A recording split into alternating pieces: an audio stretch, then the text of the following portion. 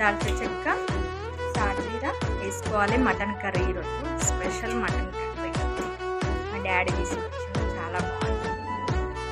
అవి కొంచెం ఫ్రై అయిన తర్వాత ఆనియన్స్ సన్నగా కట్ చేసి ఆనియన్స్ వేసుకోవాలి. 1 kg మటన్.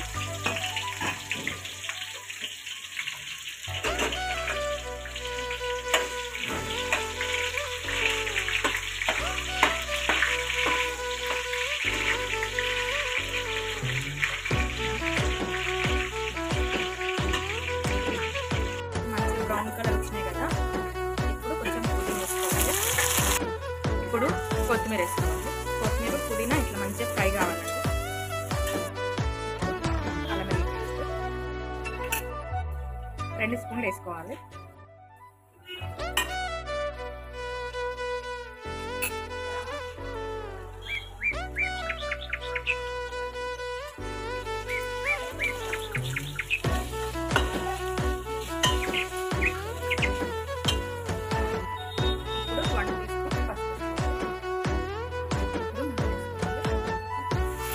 రెండు 3 సార్లు కడిగి వేసుకోవాలండి.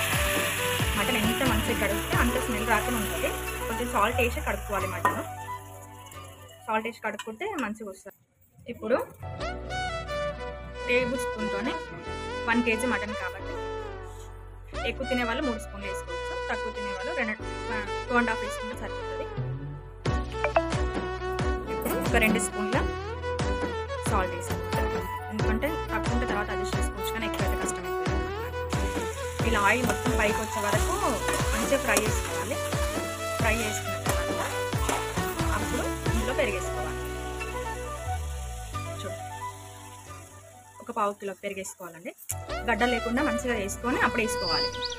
పెరిగేసిన తర్వాత ఇట్లా మంచిగా ఈవెన్గా అన్ని ప్లేస్లో వచ్చేటట్టు కలుపుకోవాలి. పెరిగేసిన తర్వాత కూడా ఇట్లా ఆయిల్ పైకి రావాలి. పైకి వస్తే అప్పుడు మనకు పెరుగు అనేది దీనికి బాగా కలిసిపోయి మంచిగా ఉడికిందని అర్థం. చూడండి ఎంత బాగా వచ్చిందో. ఇప్పుడు మనం వేడి నీళ్ళు పోసుకోవాలి. ఇవి వేడి నీళ్ళు ఎందుకు పోస్తారంటే చల్లీలు పోసినాం అనుకో మటన్ అనేది అట్లా వేడి నీళ్ళు పోస్తాము. ఒక పెద్ద గ్లాస్తోని నేను ఒక 4 గ్లాసులు వేసుకున్నా.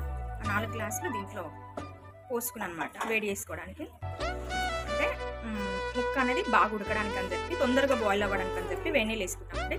చూడండి ఇలా.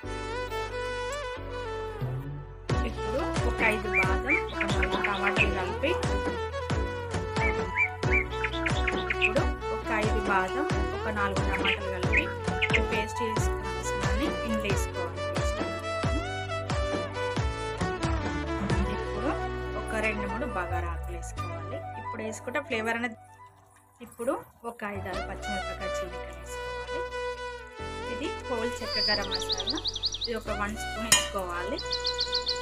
చాలు, ఆల్రెడీ ఇంతకుముందు మనం పోపులో వేసుకున్నాం కాబట్టి ఇది సరిపోతుంది. 1 టీ స్పూన్ గరం మసాలా. ఇప్పుడు మటన్ కర్రీ కంప్లీట్ అండి. కొంచెం కొత్తిమీర పుదీనా 2 వేసి కంప్లీట్ అయిపోయినట్టే. చూడండి ఎంత యమ్మీ పుడ్డింగ్ రావద్దు. ఇప్పుడు 100% కుక్ అయిందండి. చూడండి, ట్రై చేయండి. ట్రై చేసి ఎలా ఉందో మాకు కామెంట్ చేయండి ప్లీజ్.